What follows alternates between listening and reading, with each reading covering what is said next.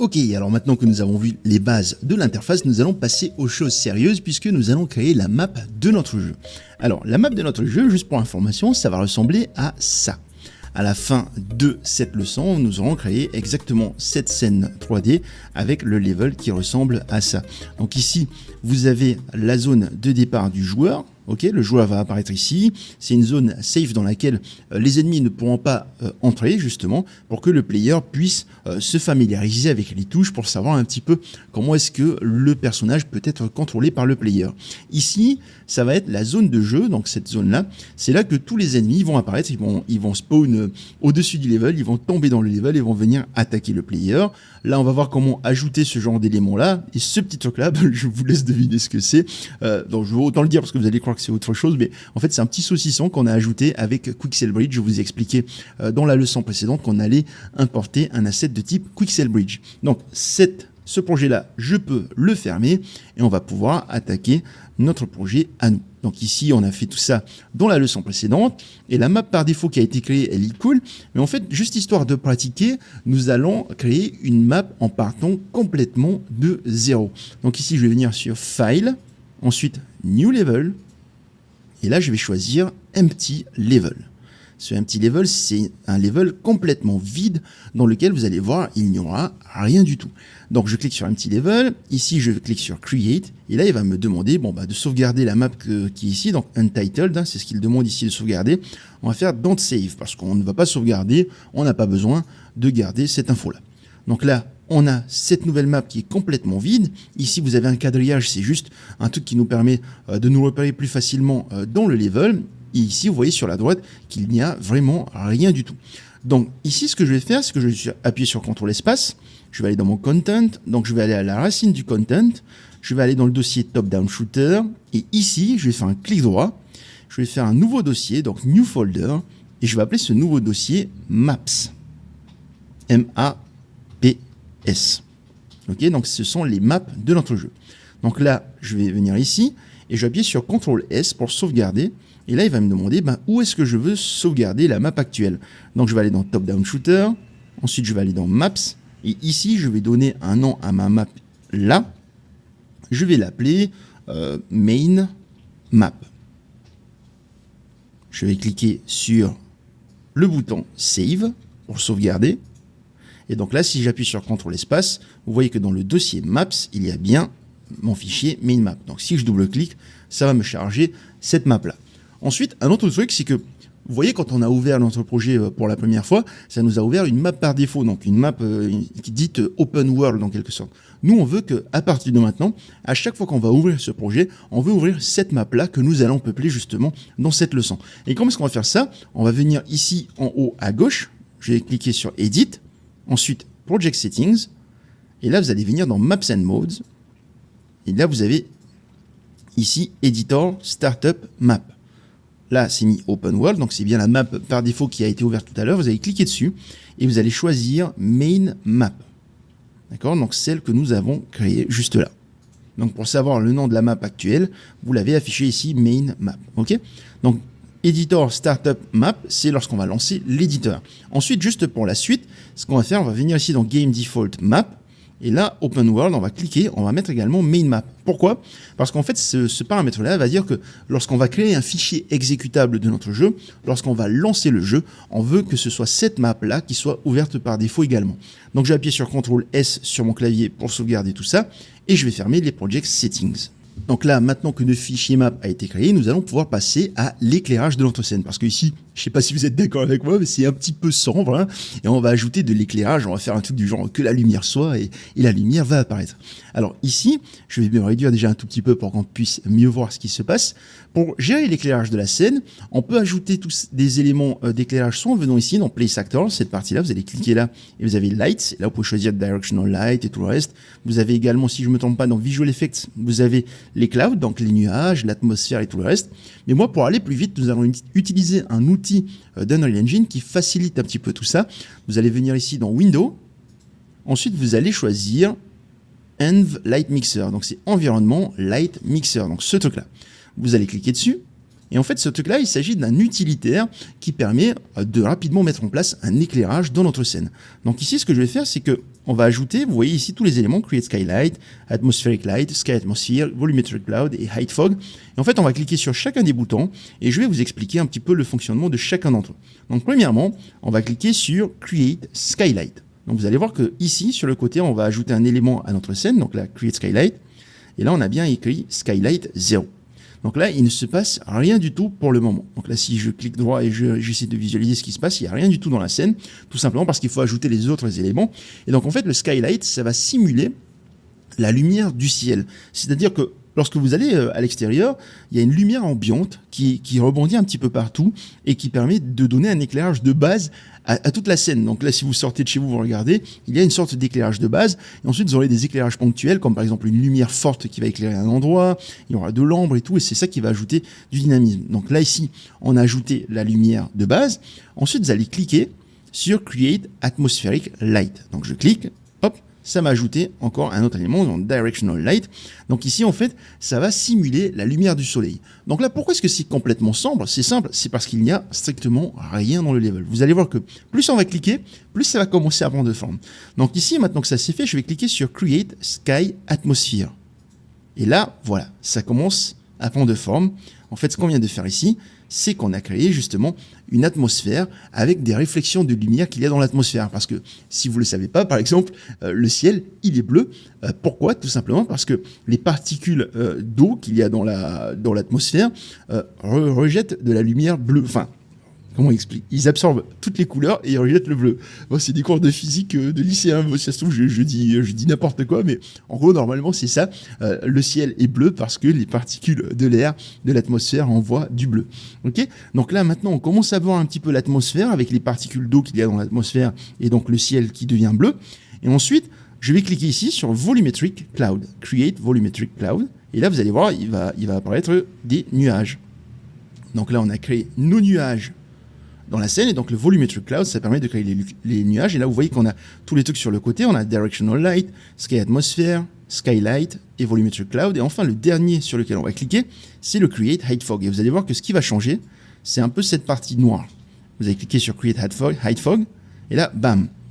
Donc là, ça y est. On a une ambiance qui est quasiment terminée. On va modifier quelques paramètres, mais en tout cas, ici, en faisant le Create Height Fog, Exponential Height Fog, en fait, ça simule la brume ou le brouillard, en gros, en ajoutant une densité de brouillard en fonction de la hauteur dans la scène. C'est-à-dire que, par exemple, vous voyez, dans la vraie vie, lorsque vous regardez un pic de montagne, je ne sais pas s'il y a des montagnes là où vous habitez, mais lorsque vous regardez le pic de montagne, le brouillard s'épaissit de plus en plus. Quand vous regardez au loin, le brouillard s'épaissit de plus en plus et ça permet de donner un peu cette ambiance un peu particulière. Je ne sais pas comment expliquer ça, mais en gros, voilà, tout ça pour dire que ça a créé un peu tous ces éléments-là. Donc là, pour avoir un meilleur rendu de tout ça, alors je vous avoue que je ne saurais pas vraiment expliquer ce que je suis en train de faire, mais tout ce que je sais, c'est que ça donne des meilleurs rendus. Et donc ce qu'on va faire, c'est qu'on va venir ici. Alors j'ai pas la science infuse sur Unreal, je ne connais pas tout, mais je sais que bidouiller un petit peu pour que ça donne des trucs réalistes. Donc ici, vous allez venir, vous allez agrandir tout ça, et là vous voyez l'option minimale. Vous allez cliquer dessus et vous allez faire Normal plus Advanced. Ok, donc là, ça va vous déplier un peu tous les paramètres qu'il y a de disponibles. Ne vous inquiétez pas, on ne va pas en modifier des masses.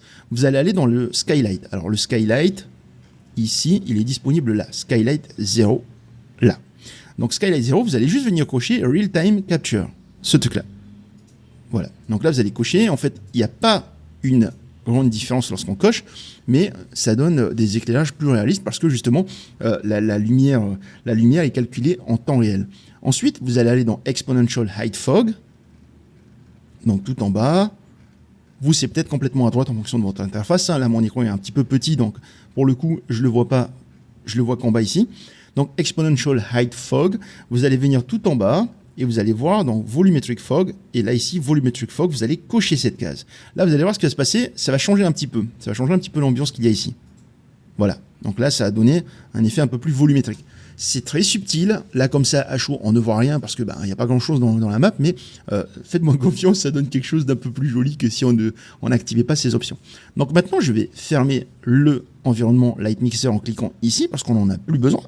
Et donc maintenant, on a bien l'éclairage de notre scène qui a été mis en place. D'accord?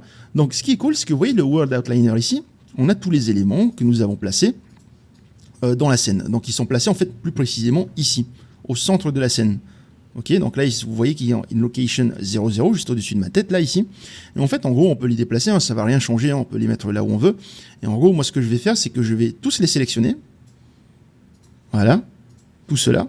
Et en fait comme ils n'ont pas d'incidence sur ce qui va se passer dans le truc, je vais juste prendre ici et je vais mettre ça à moins 500. Donc je suis sur le Z, hein, la position Z, je vais juste tous les descendre là comme ça. Et je vais mettre ça, tant qu'à faire, moins 500 ici. Voilà. Ils vont juste se retrouver en bas, sous le niveau 0, et puis au moins, quand on va créer le level, ça ne va pas trop nous gêner dans ce qu'on fait ici. Donc, un dernier truc, c'est que ici, dans le World Outliner sur la droite, un truc sympa, c'est que vous pouvez tout sélectionner, et ensuite, vous allez cliquer ici sur le petit dossier, et ça va tous les regrouper dans un seul et même dossier pour faire un petit peu de rangement et avoir quelque chose d'un peu plus clean. Donc ici, le nouveau dossier, je vais appeler ça Lighting. Voilà. Lighting, ça permet de gérer l'éclairage. Donc je peux réduire le dossier et du coup, on a un World Outliner qui est un petit peu plus clean. Donc maintenant que ça c'est fait, on va pouvoir passer à la construction de la zone de jeu. En fait, ce qui est cool avec Unreal Engine 5, c'est qu'il a tout un tas d'outils qui permettent de faciliter la création de nos jeux sans avoir besoin d'utiliser d'autres logiciels. Alors, bien sûr, ne me faites pas dire ce que j'ai pas dit. On a besoin d'autres logiciels, comme par exemple Blender pour modéliser, Houdini pour faire des VFX, des choses comme ça.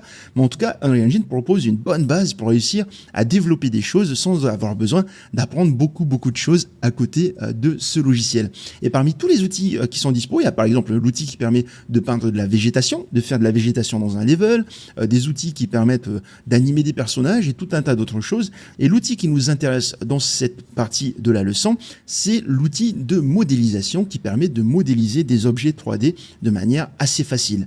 Et pour activer l'outil de modélisation, je vais venir ici dans Selection Mode, je vais cliquer dessus et là je vais choisir Modeling.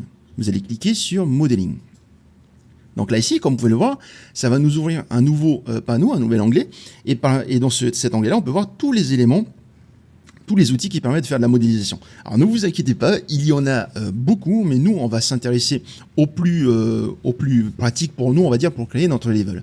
Et l'outil qui va nous intéresser pour créer notre level, c'est l'outil Cube Grid. Vous allez cliquer ici dans Polymodel, Cube Grid. Vous cliquez dessus. Et là, ça va vous faire apparaître une grille dans votre level. Donc j'espère qu'avec la compression vidéo, vous allez voir, mais en tout cas, si vous suivez la formation correctement, vous avez cette grille-là qui apparaît dans le level.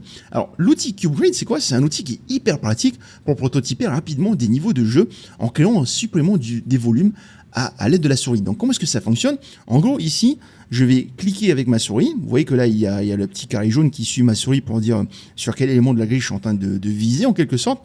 Donc là, je vais sélectionner cette zone-là. Je vais faire ça. Et en fait, ici, il ne me reste plus qu'à maintenir la touche CTRL sur mon clavier. Je clique et je peux créer du volume. D'accord? Donc je monte, je crée du volume. Je peux créer du volume ici. Ensuite, je sélectionne cette zone-là. Je maintiens le bouton CTRL de mon clavier et je crée du volume. Ici, je peux sélectionner ça. Je crée encore du volume. Voilà. On peut prototyper des choses qui sont vraiment sympas et ce, de manière hyper rapide. Alors, nous, on va faire en sorte déjà de créer une map carrée comme celle que je vous ai montrée ici en début de cette leçon. Alors ici, je veux que cette map ait des dimensions bien précises et qu'elle soit centrée. Alors comment est-ce que je vais faire ça? Le sol de la map, je veux qu'il fasse 3000 unités par 3000 unités. Donc si vous vous rappelez bien, c'est 3000 cm par 3000 cm avec une épaisseur du sol de 50 cm. Vous allez voir, ça va être hyper facile de mettre en place. En gros, je ne vous ai pas montré ce truc-là dans le détail, mais ici, si vous venez dans Perspective, vous pouvez cliquer et là, vous pouvez avoir une vue du dessus du viewport. D'accord? Donc là, ici, on a le monde qui est vu en mode perspective, c'est-à-dire lorsqu'on se balade dans le monde, mais on peut changer ce point de vue. On peut venir ici, cliquer, on peut voir du top, donc du dessus, on peut voir du dessous, bottom, depuis la gauche, depuis la droite, etc. Et en fait, là, je vais cliquer sur top et regardez ce qui va se passer. On va se retrouver dans un truc complètement noir. Pourquoi? Tout simplement parce que on est dans une vue qu'on appelle la vue wireframe. La vue wireframe, c'est une vue en fil de fer, c'est-à-dire qu'on ne voit pas vraiment les volumes, on voit en gros les arêtes de ces différents volumes. Si vous voulez revoir la vue classique, vous cliquez ici sur wireframe, et là vous avez lit pour voir la vue classique, mais bon, ça ne sert pas à grand chose dans notre cas parce que c'est pas forcément aussi joli. Idem pour unlit, ça permet de voir les couleurs sans aucun éclairage appliqué sur ces couleurs. Donc là, je remets tout ça en mode wireframe. Et du coup, donc, comme je disais, moi je veux une map qui soit centrée. C'est-à-dire qu'ici, on a rappelez-vous, nos éléments d'éclairage qui sont placés au centre. Donc ici, on a l'élément central de notre level, on a le centre de notre level, et on veut que cette map soit centrée sur ce level. Donc comment est-ce que je vais faire ça? Ici, sur le côté, vous avez tout un tas de paramètres, d'accord, du Cube Grid. Donc là, hop, je vais redimensionner un petit peu tout ça. Et donc là, on a plusieurs paramètres intéressants. Donc nous, ce qu'on veut, c'est que, donc je suis bien dans le Cube Grid, et ce qu'on va faire, c'est qu'on va venir ici dans Advanced, et on a tout un tas de paramètres supplémentaires. Donc nous, ce qui va nous intéresser, c'est qu'on va venir sur Current Block Size, et on va mettre ça à 1500. Pour dire, ben écoute, la taille des blocs que je veux créer, ce sont des blocs de 1500. Donc là, vous voyez déjà que la grille a augmenté. Donc moi, ce que je vais faire, c'est que je vais sélectionner ces blocs-là, comme ça, d'accord, en gardant le centre ici. Et en fait, comme les blocs, ils font 1500 par 1500, donc on a 1500 plus 1500, ça fait 3000. Donc on a bien une sélection de 3000 par 3000 qui est centrée. Donc une fois que cette sélection a été faite, ce que je vais faire, c'est que je vais cliquer ici sur Top, et je vais venir sur Perspective pour revenir dans la vue classique du viewport. Donc je clique ici, et là vous voyez qu'on a bien notre zone qui est sélectionnée ici en jaune. Alors, le souci ici, c'est que si on crée du volume, ça va être beaucoup trop haut vu qu'on a créé un bloc de 1500 par 1500. Donc là, si je maintiens la touche CTRL de mon clavier et que je clique et que je glisse, vous voyez que là, on a une map qui est un petit peu trop haute et c'est pas trop 50 cm là pour le coup. Ça va être plus du 3000 par 3000 avec du 1500 cm de hauteur. Donc là, je maintiens la touche CTRL et je redescends tout ça pour supprimer ce volume. Et ici, en fait, la petite astuce, c'est que en gros, je vais venir ici sur Current Block Size. Et là, je vais mettre ça à 200. Ensuite, là, vous voyez que ça a toujours sélectionné la même zone, mais cette fois-ci avec des carrés un petit peu plus petits. Et ici, soit vous cliquez avec le bouton de la souris et que ensuite vous cliquez sur CTRL et vous appuyez le bouton de la souris pour créer votre volume, soit vous venez cliquer ici sur Pool, ça va faire exactement la même chose, ça va monter d'un bloc. Et donc là, en fait, à ce stade-là, on a créé un volume de 3000 par 3000, ok ? Ce volume, il fait 3000 par 3000 et il a une hauteur de 200 unités. Pourquoi 200 unités? C'est simple, c'est parce que maintenant que nous avons notre hauteur de 200 cm, ce qu'on va faire, c'est qu'on va créer des murs d'une épaisseur de 50 cm et d'une hauteur de 1,50 m. Comment est-ce qu'on va faire ça? C'est simple, ici le Current Block Size, cette fois-ci, je vais le diminuer et je vais mettre ça à 50. Voilà. Donc là, vous voyez que la zone a encore diminué. Et en fait, ce qui est cool, c'est que maintenant, je vais venir sélectionner. En fait, vous voyez toute cette partie-là, là, ce volume-là, ce qu'on va faire, c'est que cette partie-là, ça va devenir le mur de notre level. Pourquoi? Tout simplement parce qu'on va prendre le reste. On va prendre ici une partie du level. On va appuyer sur Push, par exemple, ou maintenir la touche CTRL du clavier et descendre. Et en fait, on va creuser un trou pour créer les murs du level. OK? Donc là, comment est-ce que je vais faire? Je vais m'assurer de sélectionner tout le level, tout en laissant un espace d'un carreau. D'accord? Donc ici, je laisse un carreau d'épaisseur. Ici, je laisse un carreau d'épaisseur. Idem pour cet endroit-là. Voilà. Et donc, maintenant que tout est sélectionné, je vais appuyer sur CTRL. Je vais cliquer, je vais descendre 3 fois. Pourquoi 3 fois? Parce que comme on a des blocs de 50 cm, on veut descendre de 1,50 m. Donc, 1, 2 et 3. Oups, là, vous voyez que du coup, je me suis trompé là-bas. J'ai sélectionné un petit peu trop loin. Donc, hop, je reprends tout ça. Je reviens sélectionner ma zone.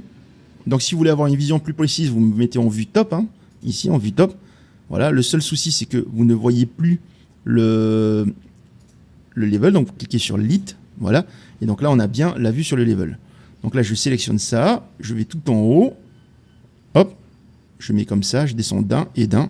Et donc là, voilà, j'ai bien sélectionné toute la zone en laissant une épaisseur d'un carreau sur les côtés. Je me remets en vue perspective ici pour revoir le level de manière normale. Et plutôt que d'appuyer sur la souris, je vais cliquer ici sur Push pour descendre d'un niveau. Ensuite, une deuxième fois. Et enfin, une troisième fois. Et donc là, vous voyez que du coup, on a créé la zone de base de notre jeu. Donc on a créé un volume de 3000 par 3000. Donc 3000 cm par 3000 cm, avec une hauteur de 2 mètres. Et dans ces 2 mètres, on a creusé 1,50 m. Okay, donc ici, on a bien 3 carreaux. 1, 2, 3. On a fait une hauteur de 1,50 m, donc des murs d'une hauteur de 1,50 m, avec une épaisseur du sol de 50 cm. Donc ça, c'est bon, et maintenant on va pouvoir créer la zone de départ du joueur. Donc pour rappel, la zone de départ, c'est une petite zone qui va sortir un petit peu sur le côté, et dans laquelle le player va être dans une zone safe avant de pouvoir affronter les ennemis. Alors le truc, c'est qu'il faut qu'on sache où on va placer la zone de départ. Est-ce qu'on place de ce côté-là? Est-ce qu'on place ici? Est-ce qu'on place là-bas ou là? En fait, ce qu'on va faire, c'est qu'on va prendre une convention sur Unreal Engine. Alors la convention d'Unreal Engine dit que, en gros, le vecteur X, donc l'axe rouge en général, correspond à l'avant, au fait de regarder devant, dans la direction vers l'avant. Donc ici, si vous regardez le gizmo là tout en bas à gauche, cette partie-là, vous avez le X qui pointe comme ça. Donc là, le X il pointe dans la profondeur de l'écran d'ici à là-bas. Donc nous, on va partir du principe que l'avant du jeu, c'est le fait d'aller vers le haut. Vu que notre jeu va être vu en top-down, un peu dans ce point de vue-là, on va dire qu'aller en avant, aller de l'avant, c'est aller dans cette direction-là. Ok? Donc nous, ce qu'on va faire, c'est que, étant donné que le X, il regarde vers là-bas, vers le haut là, on va créer la zone de départ du joueur ici. Et donc pour créer la zone de départ du joueur, on va venir creuser ici un truc un peu centré là, comme ça. On va faire une ouverture à cet endroit-là. Et ensuite, on va pouvoir générer un peu du volume pour créer notre zone de départ. Donc, comment est-ce que je vais faire? Pour être sûr d'avoir une entrée qui est centrée, je vais me mettre en vue top, comme ça là, ici. Et ensuite, ici, donc là, si on regarde bien en bas à gauche, on voit que le X, il va de là à là. Et donc, ça veut dire que c'est bien de ce côté-là qu'il faut qu'on génère notre entrée. Donc, comment est-ce que je vais faire? Alors, l'entrée, donc là, c'est un peu chiant. Je vous avoue que c'est comment dire ça? Les outils de modélisation d'Unreal sont encore en phase de développement. Donc, il y a des petits trucs qui sont un peu chiants, notamment comme là, la grille qui fait qui a un drôle de comportement lorsqu'on se déplace. Mais c'est pas grave, ça fonctionne de toute façon. Donc, ici, on a le level, on a le trait rouge qui représente le centre de l'axe Y. D'accord? Donc, l'axe Y, c'est celui qui fait comme ça, là. Donc là, l'axe 0, ici, c'est là. Et donc, ce que je vais faire 1, 2, 3, 4, 5, 6, 7, 8. Donc, je vais prendre 8 ici. 1, 2, 3, 4, 5, 6, 7, 8. Et là, je suis au milieu. Et là, je vais monter encore de 8. 1, 2, 3, 4, 5, 6, 7 et 8. D'accord? Donc là, j'ai sélectionné une ouverture qui a 16 carrés d'épaisseur. Donc, j'ai toujours maintenu le current block size à 50. Hein. Donc là, je me mets en perspective. Et ici, en fait, pour creuser, soit j'utilise la touche contrôle de mon clavier et je clique vers le bas, soit j'appuie sur la touche push. Donc push, ça permet de descendre. Donc 1 et 2, et voilà. Et donc là, on a fait une petite ouverture. Donc maintenant que l'ouverture a été faite, on va pouvoir sculpter le reste. Et là, c'est ce qui est cool avec cet outil-là, c'est qu'on peut aller très vite. Pour ceux qui ont connu la vieille version de cette formation, d'ailleurs, vous allez voir que du coup, c'est beaucoup plus rapide qu'à l'époque lorsqu'on utilisait Unreal Engine 4. Alors donc là, ce que je vais faire, c'est que je vais d'abord faire une plateforme. Donc je vais sélectionner les carrés là ici. Ok, je vais me mettre comme ça. Je sélectionne ça. Voilà. Ensuite, j'appuie sur la touche contrôle de mon clavier et je vais tirer une plateforme. Donc à vous de voir la taille de votre plateforme. Hein. Perso, je vais essayer de la faire à peu près carré, ouais, comme ça. Bon, c'est pas super carré, mais c'est pas grave. Donc là, ici, j'ai tiré ça. Ensuite, je vais vouloir tirer des murs. Donc je vais sélectionner là. Je vais faire ça comme ça, là, ici. Ok. Et ensuite, je vais cliquer avec la touche contrôle de mon clavier. Toujours, je vais faire ça. Je vais dépasser d'un carreau. Voilà, d'un carré. Voilà. Ensuite, ici, je vais faire la même chose. Je vais sélectionner le mur là sur ce côté. Je touche contrôle de mon clavier. Je tire. Voilà. Je dépasse d'un carré aussi. Comme ça, au moins, ici, je sélectionne ça. Je touche contrôle de mon clavier et je tire pour fermer le volume. Donc voilà. Donc ici, notre map est terminée. Donc là, on a bien le layout de base de la map. Et attention, ne faites pas cette erreur. Moi, je la fais souvent. Je quitte le mode de modélisation sans même valider ce que j'ai fait. Donc, comment est-ce qu'on fait pour valider tout ça? Vous allez venir cliquer ici sur Accept. Ça va permettre de générer la map et de valider la modélisation que vous avez faite avec le Cube Grid. Donc là, tout est OK. Je clique sur Accept. Et donc là, c'est bon. Ça m'a bien généré ma map. Donc là, la géométrie de notre map a correctement été créée. Maintenant, nous allons pouvoir passer à l'habillage de notre map pour avoir des choses un petit peu plus stylées qu'une simple grille grise, comme on peut le voir ici. Alors, un truc à savoir, c'est que Pour habiller des objets sur Unreal, on utilise ce qu'on appelle des materials, qu'on peut voir littéralement comme des matériaux, et qui permettent de définir comment une surface va réagir à la lumière, comment la surface d'un objet va réagir à la lumière. C'est grâce à ces materials qu'on va pouvoir faire des rendus sympas, comme par exemple simuler du plastique, du métal, de l'or, ou des choses de ce style-là. Par exemple, c'est les materials qui vont permettre de dire, je sais pas, qu'est-ce que je peux prendre dans mon entourage là. Admettons que je vais prendre mon portefeuille. Et ben en fait, le portefeuille, vous voyez qui réfléchit un petit peu la lumière. Donc c'est dans le matériel qu'on va dire, bah écoute, le portefeuille, il doit réfléchir la lumière. Il a une couleur bleue un peu sale, une couleur noire un peu sale et tout. Et en fait, c'est grâce au matériel qui est appliqué sur mon portefeuille que nous allons avoir un rendu spécifique. Idem pour ma casquette, elle reflète un petit peu la lumière et tout. Voilà, vous aurez compris, l'habillage, ça se fait avec ce qu'on appelle des matériaux. Et c'est ce qu'on va utiliser justement là tout de suite. Et ce qui est cool, c'est que Unreal Engine possède des packs contenant des matériaux, et c'est notamment le cas du starter content que nous avons importé plus tôt. Donc là, si j'appuie sur CTRL espace, vous allez venir ici dans le dossier top-down shooter, ensuite ressources, et là vous avez starter content, cette partie-là, vous allez double-cliquer dessus, et là vous avez materials. Ok. Alors, faites pas attention à temp content. Ce sont des dossiers qui sont créés un peu pendant qu'on crée le jeu, mais c'est pas des dossiers que nous avons créés nous-mêmes. Ne vous inquiétez pas. Faites pas attention à ça. Ne faites pas attention à ça. Pardon. Concentrez-vous plutôt sur ce qu'on fait ici. Alors, donc ici, on a tout un tas. Donc, je suis dans le dossier materials du starter content, et comme vous pouvez le voir, on a tout un tas de matériaux. On a les matériaux de briques, par exemple ici. Donc, je peux double-cliquer dessus, et là, vous voyez que on a ce matériau qui est appliqué directement sur une sphère ou un cube pour voir un petit peu à quoi ça ressemble. Bon, on va pas entrer dans le détail du fonctionnement de ces choses-là, on va le voir un petit peu plus tard dans la formation, mais en gros, quand vous ouvrez le matériel, vous pouvez voir ici dans le petit viewport à quoi est-ce que ça ressemble. Donc pour tourner autour de l'objet, je maintiens la touche Alt de mon clavier et je clique pour ensuite visualiser ce qui se passe autour de l'objet. Donc on peut sélectionner ici un cylindre pour visualiser le matériel appliqué sur un cylindre, une sphère, un plan. Donc un plan, alors où est-ce qu'il est? Voilà, il est là, ou un cube. Ok. Donc là, on a un matériau de briques. Si j'appuie sur CTRL espace pour ouvrir le content, on a d'autres matériaux, comme par exemple, je sais pas, ici du métal. Ok, vous voyez que c'est hyper réaliste. On appelle ça du rendu physiquement réaliste, du PBR, Physical Based Rendering. D'accord. Donc là, on a bien du matériau avec les réflexions qui apparaissent correctement et tout. Voilà, on a des trucs super intéressants. Et donc là, maintenant, nous, ce qu'on va faire, c'est qu'on va appliquer ces matériaux-là à notre jeu.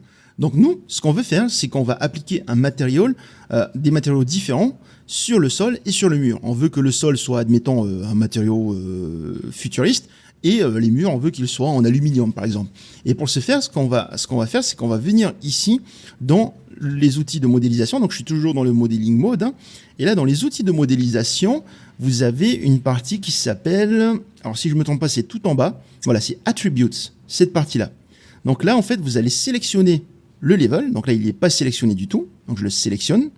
Là, vous voyez qu'on peut cliquer sur les différents outils. Et nous, ce qu'on va faire, c'est qu'on va sélectionner Math Add. Math Add, c'est le Material Editor. C'est pour éditer les matériaux de l'objet qui est sélectionné dans la scène ici. Donc là, je clique sur Math Add. Voilà. Et donc, ce qu'on va faire, c'est qu'on va appliquer dans un premier temps un matériau au sol. Pour commencer, on va donc choisir le matériau qu'on va appliquer au sol et celui qu'on va appliquer au mur. Donc là, je vais appuyer sur CTRL espace. Et ici, admettons que moi, pour le sol, je vais sélectionner, je sais pas, on va utiliser le M-Hex. Voilà, M-Hex Style, celui-là. Ok, vous voyez ici dans la petite bulle qui apparaît, c'est M-Tech Hex Style. Donc je vais le sélectionner, je retiens le nom M-Tech Hex Style, et en fait je vais l'appliquer lui au sol. Comment est-ce que je vais faire ça? Je vais venir ici dans la partie Material, donc je suis bien dans le Math Add, et là ici dans Modeling, vous avez Materials, vous allez déplier ce truc-là en cliquant là, et là ici vous allez cliquer sur le petit plus. Ça va ajouter un matériau à la liste. Donc là sur le petit plus, vous avez deux solutions. Soit vous cliquez dessus et vous tapez le nom du matériau que vous voulez assigner, ou vous le cherchez par ici, par exemple. Moi, je sais que ça s'appelle M-Tech. Donc là, je vais descendre, M. Donc M, c'est pour matériau. Donc c'est M-Tech Hex Style. Soit vous cliquez dessus, soit vous tapez ici M-Tech Hex Style et vous sélectionnez. Ou soit, pour aller encore plus vite, ce que vous faites, c'est appuyer sur CTRL espace.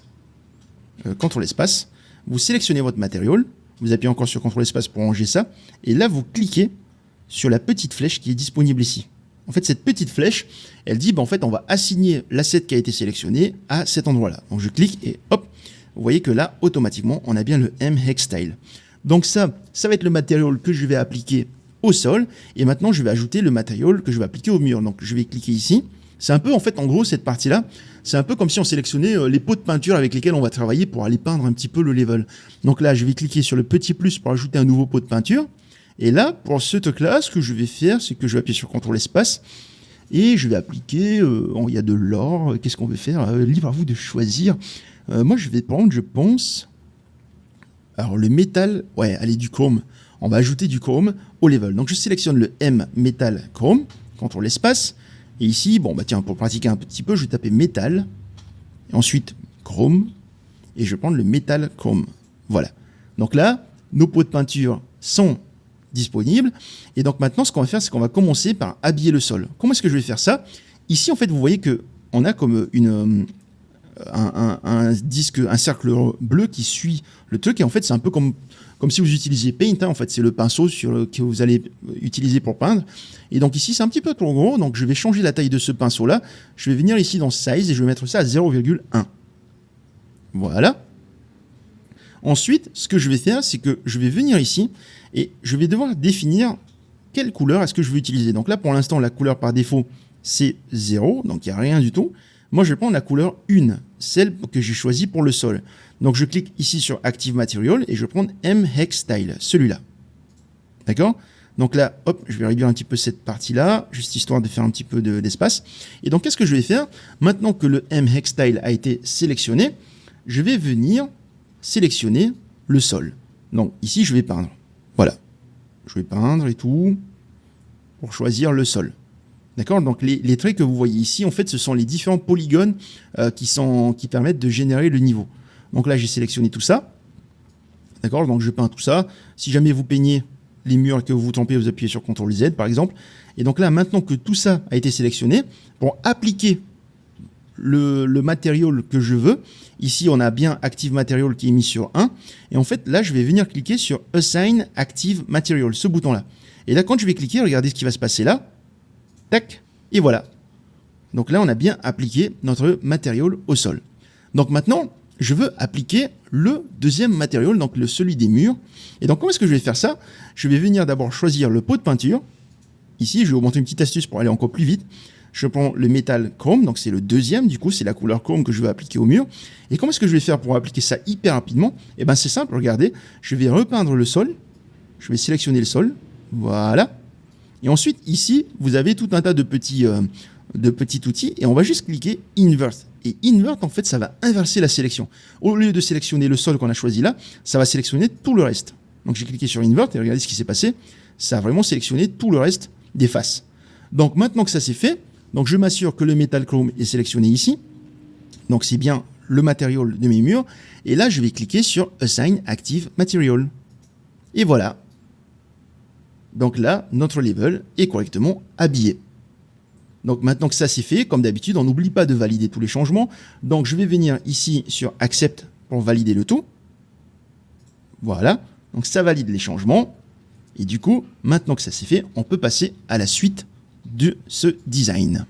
Alors maintenant que nous avons choisi l'habillage à appliquer à notre level, nous allons faire quelques petites corrections. Alors la première correction que je veux faire, c'est que ici, en fait le motif il est un petit peu trop petit, donc j'ai envie de l'agrandir un petit peu. Et en plus de ça, on va vouloir corriger quelques petites erreurs. Quelles sont les erreurs? C'est ce truc là, je ne sais pas si vous voyez, entre la zone de départ et la zone d'arrivée. Voilà, la zone de départ pardon, et la zone où il y a les ennemis, il y a des endroits où comme si on voyait des sortes de coutures en quelque sorte, ok? Et en fait, ces problèmes-là sont dus à ce qu'on appelle les UV. Les UV dans les matériaux ou sur les objets 3D, c'est un petit peu les coordonnées de la peau en quelque sorte. C'est comme si vous disiez, je sais pas, par exemple, je prends un papier peint et je dis, bah écoute, le papier peint, admettons que c'est un paysage et tout, et sur le papier peint il y a du rouge et du bleu, et ben en fait les UV ça va permettre de dire, bah écoute, là sur ta main, bah, sur cette main-là, je veux en fait que ce soit cette partie du papier peint qui apparaisse ici. D'accord? Et en fait, en fonction de ces coordonnées-là, bah, c'est comme ça qu'on peut coller correctement les choses. Et en fait, ce qui se passe ici avec ce genre d'erreur, comme on peut le voir là, enfin, c'est pas vraiment une erreur, mais c'est juste une faute de goût, si on peut dire ça comme ça. C'est comme si la personne avait coupé le papier peint, l'avait collé là, et ensuite avait coupé le papier peint une deuxième fois, avait collé cette bande-là, comme on peut le voir ici, et ensuite il a recoupé le papier peint et il a mis un petit peu par là. Donc en fait, pourquoi est-ce que ça fait ce genre de défaut? C'est tout simplement parce que lorsqu'on a créé le level, en fonction de comment est-ce qu'on a généré la géométrie, ça nous a créé un petit peu des défauts dans les différentes coupes de notre papier peint. Ici, par exemple, sur la partie chrome, ça se voit pas vraiment parce que ce sont des murs que nous avons fait en entier et assez rapidement. Mais en fait, on va corriger tout ça en corrigeant les UV de notre map. Ok ? Donc les UV, ça va être encore une fois les coordonnées de la map et on va pouvoir corriger tout ça. Alors ici, comment est-ce que je vais faire ça ? C'est cool parce que dans l'outil de modélisation, il y a d'autres paramètres. Donc comme d'habitude, si on veut modifier la map, je vais sélectionner la map ici. Et ensuite, ici, dans les outils de modélisation, vous allez chercher la partie UV. Donc c'est cette partie-là, UV. Ok ? Donc là, vous avez Auto UV, Unwrap et tout le reste. Nous, ce qui nous intéresse, c'est qu'on va prendre le truc Project, ce truc-là. Ok ? Donc là, ça va vous ouvrir une petite option, là, un petit truc comme ça. Et ce que vous allez faire, vous allez venir dans le Projection Type ici, cette partie-là. Ok ? Le Projection Type, vous allez sélectionner, vous allez cliquer dessus et vous allez choisir Box. Ensuite, une fois que le box est sélectionné, vous allez venir cliquer ici sur Auto Fit. Et en faisant ça, en fait, ce qu'on a fait, c'est que je ne sais pas si vous voyez les traits rouges qu'il y a sur le côté, c'est en fait, on a créé une sorte de... Comment dire ça ? On a englobé le level avec une sorte de boîte qui correspond pile à la taille du level. Et en fait, c'est comme si on mettait un projecteur sur chacune des faces de cette boîte-là. Et en fait, on va projeter le papier peint sur les endroits que le projecteur touche, d'accord ? Ça va permettre d'obtenir quelque chose de plus clean, de plus réaliste. Et en fait, là, vous voyez que du coup, lorsque je fais ça, ça a bien arrangé les UV, puisqu'ici, on ne voit plus la jonction. Par contre, normalement, vous avez remarqué que du coup, là, on a des motifs qui sont un petit peu trop gros. Donc, on va juste redimensionner ça en changeant quelques paramètres. Alors, pour réduire un petit peu la taille de tout ça, je vais venir dans le paramètre Scale, cette partie-là. Voilà, la partie Scale ici. Là, en fait, c'est contre-intuitif, mais en gros, pour diminuer la taille, on va augmenter le scale. Donc là, je vais mettre quelque chose comme 8, je pense. Je pense que 8, c'est acceptable. Voilà, 8. Donc là, vous voyez que du coup, on a corrigé les UV parce qu'en gros, on a dit, écoute, toutes les découpes que tu as fait, tu t'en fous maintenant, tu prends juste ce gros cube, tu projettes tout ça, et admettons que le cube, il dit, je sais pas, quelque chose du genre, par exemple, le cube, il va dire, ok, ce truc-là, c'est un patch. Et en fait, c'est comme si tu prends un gros morceau de ton papier peint et tu le colles. Et résultat, on n'a plus ces problèmes de couture qui apparaissent ici, à ces endroits-là. Donc là, c'est bon. Et comme d'habitude, une fois qu'on a fait toutes ces modifications-là, on va venir cliquer ici sur Accept pour terminer l'habillage de notre level. Alors donc là, notre level est quasiment terminé, mais là, je vais pinailler un petit peu parce qu'il y a des choses qui me dérangent en général. Et je ne sais pas si vous faites gaffe, mais en gros, ici, quand vous sélectionnez le level, le point de pivot, c'est-à-dire l'endroit où on sélectionne pour déplacer le level, en fait, il n'est pas centré. Il se trouve ici sur le coin, là, en bas à gauche. Ça ne dérange pas concrètement parce que finalement, on ne va pas déplacer le level. On va le laisser au centre du monde et tout sans problème. Mais juste histoire de pratiquer un petit peu, que vous sachiez que c'est possible de le faire sur Unreal Engine. Et aussi parce que je suis un petit peu maniaque sur les bords lorsqu'il s'agit d'organiser son code et son monde 3D. Ce qu'on va faire, c'est qu'on va déplacer ce point de pivot. Ce point de pivot-là, on va le bouger, on va l'emmener ici au centre. Et en plus de ça, on va le placer sous le truc. Sous le level pour que, en fait, c'est comme si on prenait au final, ça ressemble à un plateau plateau sur lequel on met de la nourriture et on peut poser ça quelque part, d'accord ? Donc, le point de pivot, comment est-ce qu'on va modifier ça ? Alors, bien sûr, c'est pas vraiment problématique, encore une fois, parce que on ne va pas déplacer le level lorsqu'on va jouer au jeu, mais c'est juste histoire, encore une fois, de vous montrer les différents aspects du moteur. Donc là, comme d'habitude, je sélectionne la map. Ok, je sélectionne mon bloc finalement. Et ici, ce que je vais faire, c'est que je vais aller chercher sur le côté. Vous allez chercher dans la partie... alors, ça s'appelle Transform. Voilà, cette partie-là. La partie Transform, vous avez pivot. Vous allez cliquer dessus.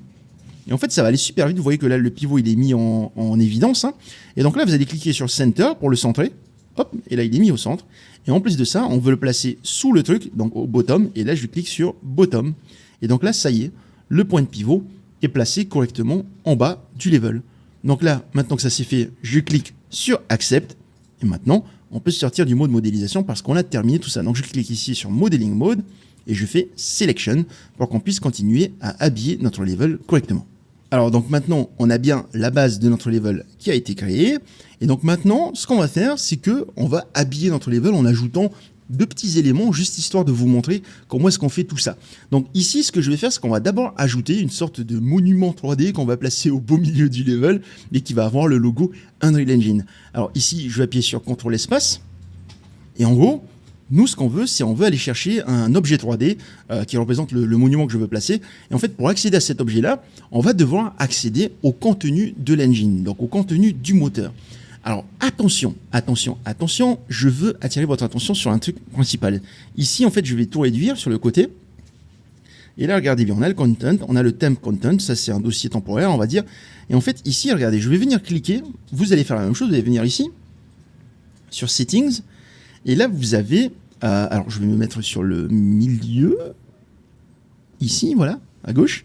Et là, vous allez cliquer sur Show Engine Content. Ça veut dire montrer le contenu de l'engine. Donc, je clique dessus. Voilà. Et en fait, ici, vous avez vu qu'il y a un dossier Engine qui est apparu. D'accord? Donc, ce dossier Engine, alors attention, faites vraiment gaffe parce que c'est important. J'ai déjà eu des élèves qui ont eu ce souci-là.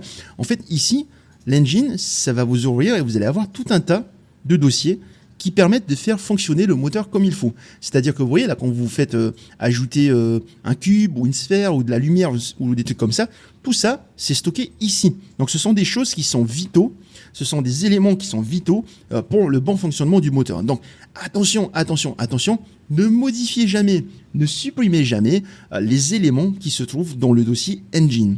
Donc là, ici, je voulais juste vous montrer que ça existe. Et donc nous, ce qu'on va faire, c'est qu'on va aller chercher notre élément et ensuite, on va recacher tous ces éléments-là. D'accord? Et comment est-ce qu'on va trouver notre élément? Nous, on veut notre objet 3D. C'est un objet qui a une catégorie, une certaine classe. La classe, c'est un objet de type Static Mesh. Static Mesh, c'est quoi? C'est un objet 3D. Donc moi, j'ai pas envie de me casser la tête à aller chercher un peu partout tout ce qui se trouve là. Et en fait, comment est-ce que je vais faire pour trouver mon élément? Je vais utiliser les filtres du content qui permet de dire, bah écoute, je veux que tu n'affiches que ce type d'objet, genre que les matériaux, ou que les objets 3D, ou que les maps. Et en fait, je vais venir ici, je vais cliquer là, et ensuite ici, vous avez tout un tas de filtres différents. Moi, je vais juste sélectionner Static Mesh. Static Mesh, c'est l'objet 3D. D'accord? Donc, je clique sur ça. Et là, en fait, on va chercher, donc on a tous les static mesh qui sont disponibles dans le moteur. Et là, on va venir chercher un objet bien particulier. Voilà, c'est le SM Matte Preview, celui-là. En gros, ça ressemble à ça. C'est juste au-dessus de ma tête, voilà, juste ici. Et en fait, ce truc-là, je vais le sélectionner. Et je vais venir ici dans mon content à moi. Là, sur le côté, on a All, Content. Vous avez Top-Down Shooter. Ensuite, Ressources. OK. Ici, on a toutes nos ressources. Je vais prendre ce truc-là, je vais le sélectionner, je vais le glisser dans mon dossier ressources. Je vais le lâcher. Et attention, ne cliquez pas sur Move, cliquez sur Copy. On fait une copie, on ne déplace pas. Si vous déplacez ce truc-là, vous cassez votre installation d'Unreal Engine. Et quand je dis casser l'installation d'Unreal Engine, c'est que vous allez potentiellement plus pouvoir ouvrir l'engine, ou en tout cas, ça ne va plus fonctionner correctement parce qu'il va lui manquer des éléments. J'ai déjà eu des élèves qui ont modifié du code dans l'engine et en fait, ça a complètement cassé leur install. Et pour corriger ça, si jamais ça venait à vous arriver, vous désinstallez l'engine dans le launcher et ensuite vous le réinstallez et normalement, tout sera OK. Donc là, je le répète, je prends le Matte Preview ici, je le prends, je le glisse dans ressources, je lâche et je fais copie. Donc, une fois que c'est fait, je retire le filtre. Ici, je clique sur ça. Là, ici, on peut retirer cette partie filter. Cette partie-là, je vais venir ici et je fais Reset Filters. Donc, ça va me supprimer tout. Et donc, une fois que c'est fait, maintenant qu'on a récupéré ce qu'on veut, on va recacher le contenu de l'engine. Donc, ici, je vais dans All. On a bien le dossier Engine.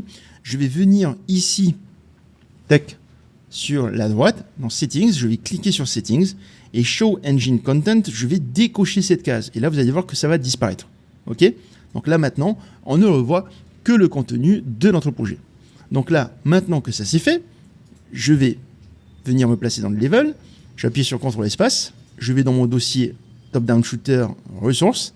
Et ici, on a bien notre SM Matte Preview Mesh. Donc si je double-clique dessus, vous voyez que là, on a bien une sorte de grosse sphère, un élément. Donc en général, ce truc-là, c'est utilisé pour visualiser un peu à quoi ressemblent les matériaux. Et donc maintenant que ça c'est fait, on va pouvoir aller placer cet objet 3D. Donc pareil, pour me déplacer autour, j'appuie sur la touche Alt de mon clavier, je maintiens, je clique et je me déplace. Si vous maintenez le bouton droit de votre souris, vous pouvez zoomer, dézoomer et tourner autour de l'objet pour visualiser un peu la beauté de ce genre d'objet 3D. Donc là, je ferme ça. Et maintenant, je vais vouloir glisser ça dans le level. Donc si vous vous rappelez bien, je vais appuyer sur CTRL espace. Donc dossier ressources, ici SM Math Preview Mesh. Je vais le prendre et je vais le glisser dans le level. Et donc là, vous le voyez que je peux le glisser n'importe où dans le level. Il s'adapte automatiquement à la surface. D'accord? Donc là, je vais le mettre ici. Ce que je vais faire, c'est que je vais l'agrandir. Donc ici, sur la droite. Voilà. Tac. Hop, je me remets sur la gauche. Ici, vous avez le scale. Donc pour rappel, le scale, c'est l'échelle, c'est à quel point il est gros. Donc ici, je vais cliquer sur le cadenas pour qu'en fait, quand je vais redimensionner, ça va redimensionner sur tous les axes et ça va donner une taille, comment dire ça? Une taille à l'échelle. C'est-à-dire que là, si je laisse comme ça tel quel le cadenas et je mets quelque chose comme 5, vous voyez que là, le modèle, il est étiré. D'accord? Donc je remets ça à 1. Et donc là, je coche le cadenas ici. Je le ferme, et là, quand je mets 5, vous voyez que c'est tout l'objet qui est redimensionné et pas juste un de ces axes. Donc là, je vais mettre le scale à 2,5. Ouais, ça semble potable. Ensuite, ici, comme je sais que le level est centré par rapport au monde, on va déplacer aussi le truc ici. Donc je vais venir là, l'axe X, je vais mettre ça à 0 pour le centrer sur l'axe X. Et le Y, donc le vert, je vais mettre ça aussi à 0 pour le centrer par rapport au monde. Ensuite, je veux qu'il fasse face au player. Donc, comme le jeu va être regardé de ce point de vue-là, je veux pouvoir voir le joli logo d'Unreal Engine. Donc, je vais appuyer sur espace pour changer le gizmo et mettre le gizmo de rotation. Et je vais pivoter jusqu'à 90. Voilà, 90 degrés. Comme ça, on fait bien face au truc. Et comme je suis maniaque sur les bords, ici, la rotation, je vais cliquer et je vais mettre ça à 90 pour être sûr que c'est un angle rond. Donc là, maintenant que c'est fait, ce qu'on veut faire, c'est que du coup, là pour le coup, c'est pas super sexy comme objet. Hein. Nous, on veut quelque chose qui soit érigé à la gloire d'Unreal Engine. Donc ce que je vais faire, c'est que je vais ouvrir ce mesh. Donc comment est-ce qu'on peut ouvrir ce mesh? On a deux solutions. Soit j'appuie sur CTRL espace et je double-clique comme je vous l'ai montré tout à l'heure. Soit je le sélectionne dans le monde. Et ici, en fait, dans la partie Details, vous voyez en fait que ici, on a le Static Mesh. En fait, pourquoi? Tout simplement parce que là, ce qu'on a fait, c'est qu'on a placé un acteur de type Static Mesh dans le monde. Et le skin de ce Static Mesh qu'on a appliqué, c'est le fameux SM Math Preview. Donc ici, si je prends ça et je viens là, je peux double-cliquer dessus pour dire, écoute, le skin que tu as appliqué, je veux l'ouvrir pour voir à quoi il ressemble. Donc je double-clique dessus. Et là, hop, je vais glisser ça là. Et donc là, maintenant, je vais vouloir changer un petit peu le matériel qui est appliqué sur mon mesh. Alors, comment est-ce que je vais faire ça? Ce qu'on va faire, c'est que, vous voyez cette partie-là, le logo là et la partie grise, on va les laisser telles quelles, on va juste changer la partie qui est quadrillée là sur le côté. Donc comment est-ce qu'on va faire? Ici, si vous regardez bien sur la droite, l'objet il a 3 matériaux différents. En fait, c'est possible, hein, sur des objets 3D, on peut appliquer plusieurs matériaux différents pour définir des zones bien spécifiques. Par exemple, si je veux savoir ce truc-là, le Unreal Tech, là, l'élément 1, si je clique sur Highlight, ça va me mettre en surbrillance les éléments sur lesquels le matériau est appliqué. Là, vous êtes d'accord avec moi, c'est pas forcément super visible, on ne sait pas exactement à quoi ça correspond. Donc, pour aller plus loin, vous décochez Highlight ici, et vous cochez Isolate, et là, en fait, ça va vous montrer uniquement les surfaces qui sont concernées par le matériau. Donc, si je décoche ça, et que je coche celui-là, on sait par exemple que le matériau numéro 3, c'est lui qui change la couleur du logo Unreal. D'accord? Donc, vous l'aurez deviné, le matériau 0, c'est celui-là. Donc, c'est bien sur lui qu'on veut appliquer. Donc là, c'est bien une zone du mesh sur laquelle on veut appliquer notre matériel. Donc là, ce que je vais faire, c'est que je vais venir ici sur World Grid Material. Et en fait, on va appliquer un de nos matériaux du starter. Donc, je vais aller d'abord voir dans le starter. Je vais appuyer sur CTRL espace. Ensuite, je vais aller dans Starter Content, Material. Et ici, on va chercher un matériau qu'on va appliquer. Donc, il y a un matériau d'herbe, il y a des briques. Qu'est-ce qui va être intéressant? Tiens, je vais ajouter du copper. M-Metal Copper, le cuivre. Donc rappelez-vous, je vais sélectionner ça, CTRL espace, et ici je vais venir cliquer sur la petite flèche pour dire, écoute, ce que j'ai sélectionné dans le content, c'est lui que tu mets là. Je clique, et voilà. Donc là, si je décoche Isolate, voilà à quoi va ressembler notre truc. Oh, c'est plutôt sympa. Hein. Bon, écoutez, on va essayer d'aller un petit peu plus loin, on va essayer d'habiller aussi le reste. Donc là, tant qu'à faire cette partie-là, on va ajouter une autre couleur, hein. On va prendre le logo. Ok, le logo, on va lui appliquer autre chose, donc je vais appuyer sur CTRL espace. Oups, CTRL espace. Et on va mettre le logo en or. Allez, soyons fous. Je vais prendre le M-Metal Gold, CTRL espace. Et là, ici, l'élément 2, je vais cliquer. Hop, et on a bien un logo en or. Ah, c'est meilleur comme ça. Donc là, regardez bien, je sauvegarde, je peux fermer ça, et voilà, dans notre level, notre monument a été correctement mis à jour avec le bon matériel. Et donc là, c'est quasiment fini puisque nous allons ajouter une dernière touche à notre level pour peaufiner un petit peu tout ça, genre la cerise sur les gâteaux. Je vais vous montrer comment ajouter des éléments ultra réalistes en utilisant Quixel Bridge, le fameux truc que je vous ai montré dans une leçon précédente. Donc ici, en fait, pour activer Quixel Bridge, pour rappel, je vais venir ici, là, je vais cliquer sur le petit plus et je vais choisir Quixel Bridge. Donc là, ça va m'ouvrir l'interface, bien sûr, sur mon autre écran, comme d'habitude. Et donc là, qu'est-ce que je vais faire? Moi, ce que je veux, c'est agrandir déjà ce truc-là. Voilà. Et donc là, pour rappel, il va falloir que vous vous connectez. Donc vous allez venir cliquer ici, vous vous connectez avec votre compte. En général, vous utilisez le même compte que celui que vous utilisez pour reconnecter au launcher d'Epic Games. Et ensuite, une fois que vous êtes connecté, vous allez arriver sur ce truc-là. Alors ici, comme expliqué plus tôt, on peut ajouter tout un tas d'objets différents à notre level, des objets, même des matériaux. Donc comment est-ce qu'on fait ça? Ici, vous avez sur la gauche le home, vous avez les collections, d'accord? Des environnements, vous avez tout un tas d'environnements, donc des environnements naturels, admettons industriels. Je veux quelque chose d'industriel ici, je vais cliquer dessus. Donc là, on a les mines, on peut choisir des éléments de mine, tout un tas de choses. Et tout ça, ce sont en fait des objets qui ont été scannés dans la vraie vie. C'est-à-dire que lorsqu'on vous demande, lorsque vous choisissez par exemple cette chaîne-là, en fait, ce truc-là, vous allez voir que quand on va importer dans le level, c'est vraiment une vraie chaîne qui a été scannée avec les technologies actuelles pour obtenir un rendu le plus photoréaliste possible. Alors, donc ça, c'est bon, on peut ajouter donc des matériaux en venant sur collection. On peut aussi ajouter des meta-humans. Je n'aborde pas le sujet dans cette formation. Mais en gros, les meta-humans, ce sont des personnages hyper réalistes que vous pouvez créer par vous-même dans un logiciel qui s'appelle MetaHuman, qui est complètement gratuit et accessible sur Internet. Donc ici, on peut prendre des MetaHuman de base. Moi, personnellement, je ne vais pas les utiliser. On va les laisser là où ils sont pour le moment. Et je vais venir ici dans Home. Et donc là, vous pouvez choisir soit des assets 3D. Donc ce sont des static mesh, comme on a utilisé là juste avant. Soit vous utilisez des plantes. D'accord? Vous pouvez ajouter des plantes hyper réalistes. Vous pouvez aussi ajouter des surfaces. Donc les surfaces, c'est quoi? En fait, ce sont des matériaux. Donc on peut sélectionner ici, je sais pas, admettons que vous voulez du marbre ou de la neige, vous sélectionnez la neige, et ensuite ça va vous créer un matériau de neige dans votre level, dans votre content, et vous pouvez l'appliquer à votre level. Donc ici, vous avez ensuite, une fois que les surfaces sont abordées, vous avez les decals. Les decals, alors on va pas les aborder dans cette formation, mais ce sont un petit peu des autocollants. On peut voir ça comme des autocollants. Ici, par exemple, des graffitis qu'on peut appliquer à notre level. Donc un graffiti qu'on peut coller sur une surface ou des choses de ce style-là. Et enfin, des imperfections. Les imperfections, c'est un petit peu comme des matériaux. Pour faire simple, c'est comme des matériaux. On ne va pas les utiliser non plus. Donc nous, ce qu'on va faire, c'est qu'on va ajouter un objet assez simple. Je vais venir dans 3D Asset. Et donc là, qu'est-ce qu'on va ajouter? Allez, on va ajouter de la nourriture, donc food. Je vais cliquer dessus. On peut voir des fruits, des cocos. Tiens, les cocos, c'est cool. Ça fait penser à chez moi. J'habite à Tahiti. On va prendre des cocos là. Ouais, tiens, on va prendre une noix de coco. Voilà. Vous avez une noix de coco. Et en fait, une fois que vous avez sélectionné ça, vous pouvez venir ici choisir la qualité. Donc là, vous voyez que ça appartient à une collection qui s'appelle la collection Tropical Beach. Donc vous avez tout un tas d'objets qui représentent une plage tropicale et tout, voilà, tout un tas de choses hyper intéressantes. Moi, c'est le coco qui m'intéresse, donc je l'ai sélectionné, coconut. Et ensuite, ici, vous allez vouloir choisir la qualité. Donc là, vous avez Medium Quality.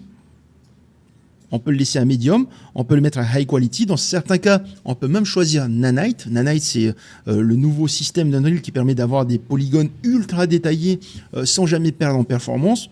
Pour le coup, ici, on va le laisser à Medium Quality, ça va suffire parce que j'ai pas non plus envie que ma connexion meure à cause de ça. Et ensuite, une fois que c'est fait, vous allez cliquer sur Download, ici. Vous cliquez sur Download, et là, vous allez voir que ça va commencer à télécharger. Donc là, il me met Downloading. Normalement, ça devrait être assez rapide. Donc là, il va télécharger l'asset. Et ensuite, à ce stade-là, l'asset sera contenu sur votre ordinateur. Donc là, il dit Downloaded, et une fois que c'est contenu sur l'ordinateur, vous pouvez l'importer dans votre projet en cliquant sur Add, ici. Je clique sur Add, voilà, et voilà, donc là, ça vous a ouvert un content, et ça vous dit, voilà, dans le dossier content, vous avez maintenant Megascan, MS Presets, et tout est dedans. Donc là, je vais fermer ce content. Ici, je vais fermer mon Quixel Bridge, je n'en ai plus besoin parce que je voulais juste vous montrer comment importer tout ça. Je vais cliquer là, pour fermer, et maintenant, je vais venir ici en appuyant CTRL espace, je vais dans le content, et là, juste histoire d'avoir quelque chose de correctement rangé, Vous voyez le dossier ressources ici? Je vais faire un clic droit, je vais faire un set color, new color, et je vais mettre ça en vert juste pour me rappeler qu'il est là. Voilà.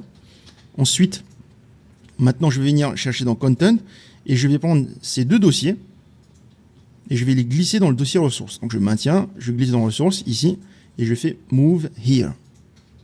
Voilà. Donc là, il les a bien déplacés, ils sont bien là-bas.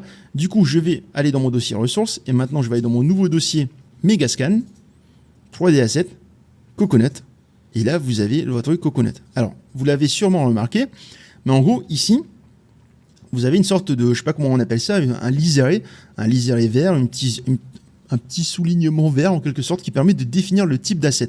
Ici, quand c'est vert comme ça, c'est un material. D'accord? Donc vous ouvrez, ça vous ouvre un material. Ensuite, quand c'est un truc bleu clair comme ça, c'est un static mesh. Donc si j'ouvre, c'est un static mesh, comme le monument que nous avons mis au milieu de notre level. Donc la grille, comme d'habitude, c'est juste une grille qui permet de connaître le centre du level. J'appuie sur CTRL espace, et là en fait ces trucs-là, les roses, rouge-rose là, ce sont des textures. Donc ce sont les textures qui vont être utilisées dans le matériel pour être appliquées sur l'objet. Donc maintenant que notre coco est importé, on va pouvoir construire un petit truc ici. Voilà, là il y a une petite ouverture au niveau du monument. Donc on va venir placer des petits cocos histoire de faire penser à Tahiti là. Donc j'appuie CTRL espace, hop, ici. Voilà, je vais placer mon coco là au milieu, hop. Il est un petit peu trop petit, donc je le redresse. J'augmente sa taille. Donc j'appuie encore une fois sur CTRL espace pour agrandir. Voilà. Donc là, on a bien un coco qui est placé correctement ici. Voilà. Ensuite, histoire d'avoir quelque chose de réaliste, je vais appuyer sur le gizmo pour changer et me mettre en mode gizmo de déplacement, de translation. Je maintiens la touche Alt, c'est une petite astuce. Je maintiens la touche Alt. Et ici, je fais comme si je veux le déplacer. En fait, ce qui va se passer, c'est que ça va me créer une copie. Donc là, j'ai créé ma copie. Hop, je fais une petite rotation, juste histoire d'ajouter un petit peu de réalisme. Voilà, ici, je vais redimensionner ça pour qu'il soit un petit peu plus petit. Voilà, ouais, comme ça. Et enfin, on va mettre un troisième coco. Alors, je sais qu'en France, vous dites une coco, mais nous, ici à Tahiti, on dit un coco. On dit un coco et une noix de coco. Petit fun fact de la formation. Vous n'apprenez pas qu'Unreal Engine. Donc là, je le mets comme ça ici. Voilà. Et je pense que c'est bon. Hein. Ça y est, on a des cocos hyper réalistes dans le jeu. Et ça colle parfaitement à la direction artistique de notre jeu. Donc là, c'est bon. Et un dernier truc. Donc là, on a quasiment terminé notre level. Je vous ai montré tout ce que je voulais vous montrer. Et en fait, je vais vous montrer un autre truc pour changer un petit peu l'ambiance. Vous allez appuyer sur CTRL et L sur votre clavier, tout en maintenant la touche CTRL. Voilà. Et là, vous allez voir qu'en bas, là, ici, je peux pas, mais... Alors, hop, CTRL L. Vous voyez que là, en bas, ah mince, je peux pas pointer avec mon doigt, mais en gros, il y a un truc qui apparaît. En fait, qu'est-ce qui se passe? Quand on appuie CTRL L, on prend le contrôle sur le soleil. Et en fait, on peut changer l'orientation du soleil. Regardez, je vais appuyer sur CTRL L, et là, je vais bouger ma souris. Voilà, je peux faire monter le soleil, je peux le faire descendre, pivoter. Voilà, si vous allez trop bas, vous mettez le soleil en dessous et ça vous fait un décor un peu de nuit. Donc moi, je veux un décor un petit peu... je sais pas, qu'est-ce qu'on peut faire comme décor? Voilà, je vous laisse, j'aurais du mal à vous expliquer comment faire pour correctement l'orienter, mais en gros, sachez juste que quand vous montez la souris, ça fait monter le soleil dans le ciel. Quand vous faites descendre la souris, ça fait descendre le soleil vers l'horizon, là. Et ensuite, quand vous faites glisser la souris de gauche à droite, ça fait pivoter le soleil de gauche à droite. D'accord? Donc, libre à vous de choisir l'ambiance que vous voulez. Moi, je veux une ambiance légèrement nocturne. Voilà. Un truc un petit peu comme ça, là, ouais. Là, c'est sympa, comme ça. Voilà, ça donne une petite ambiance romantique. Hop, oups. Ouais, voilà. Voilà. Là, comme ça, on a quelque chose d'un petit peu romantique, hein, une petite ambiance romantique qui va être plutôt sympa quand on va devoir dézinguer des zombies. Je les appelle des zombies bananas dans cette formation. Et donc, voilà, les amis. Donc, dans cette leçon, on a terminé de créer notre map. Donc, on peut voir le soleil qui est un petit peu au loin, là, par là-bas. On le voit pas très bien, mais on peut modifier les nuages. On va les laisser tels quels pour le coup. Et donc, maintenant que ça c'est fait, dans la prochaine leçon, je vais vous expliquer un petit peu le fonctionnement du framework d'Unreal Engine.